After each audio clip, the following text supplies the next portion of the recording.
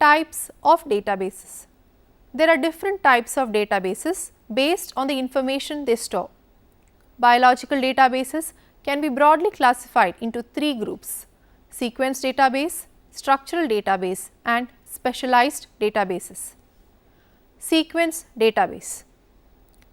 Nucleotide sequence database, for example NCBI, EMBL, DDBJ. Protein sequence database, for example SwissProt, PIR. Structure database, for example PDB, MMDB. Specialized databases, for example MGI, RGP. Sequence database. A sequence database is a repository of all available nucleotide sequences or protein sequences which are determined by DNA sequencing and protein sequencing. These databases help us to retrieve related sequences by homology searching. The sequence database also forms a backbone resource from which other value-added databases are developed.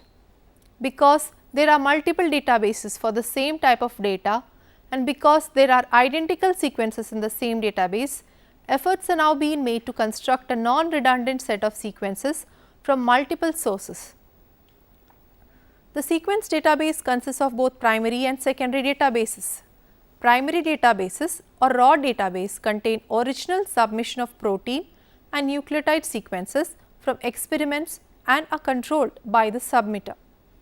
The primary nucleotide sequence databases are NCBI, EMBL and DDBJ, and the primary protein sequence databases are SwissProt and PIR. Secondary databases or derived databases contain data that are derived from the annotation, curation and analysis of data in the primary databases. These are usually subsets of the primary databases. Information like secondary structure, ESTS, hydrophobicity plots and domains are stored in the secondary databases. Major secondary databases are ProCite, PRINTS, PFAM-TEG.